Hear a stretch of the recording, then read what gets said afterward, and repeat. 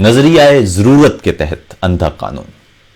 کہتے ہیں قانون اندھا ہوتا ہے مگر اندھیرے میں بھی دیکھنے کی صلاحیت رکھتا ہے.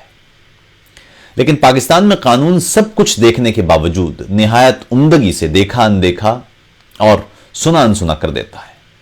پاکستانی عدالتوں کے مصلحت پسندانہ فیصلوں کی قیمت پوری قوم پچھلے 70 برس سے چکا رہی ہے. کسی منصف کا کام حالات و واقعات کو نگاہ میں رکھ کر مصلحت پسندی کے تحت کوئی فیصلہ لکھنا نہیں ہوتا بلکہ قانون اور عدل کو بالا رکھ کر فیصلہ کرنا ہوتا ہے.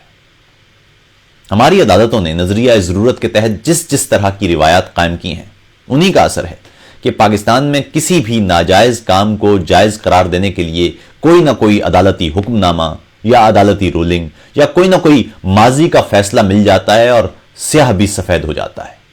دنیا بھر میں کسی عدالت کا فیصلہ پڑھا جائے تو ایک چیز واضح ہوتی ہے کہ مدعی پر جرم ثابت ہوا یا نہیں.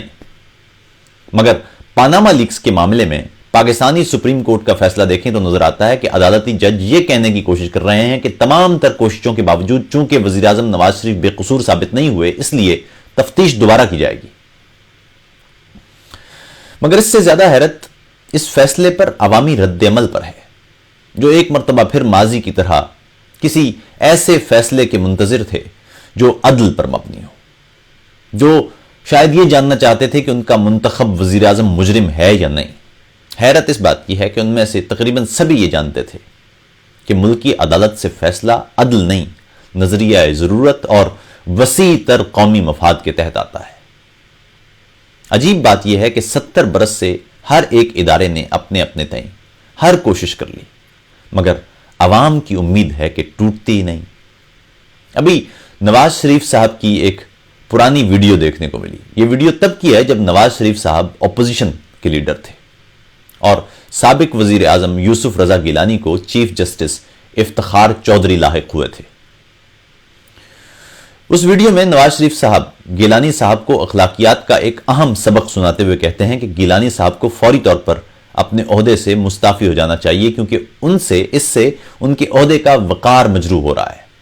گیلانی صاحب نے تو اپنے عہدے کا وقار بچا لیا مگر نواز شریف صاحب اس سلسلے میں اپنے ہی کہے سے ایک بار پھر مکر سکتے ہیں کیونکہ وہ شاید اس کام میں بہت گھاگ ہو چکے ہیں. وہ اس لیے کہ عزت و وقار کچھ رہنماؤں کے نزدیک کرسی سے زیادہ اہم نہیں ہوتے.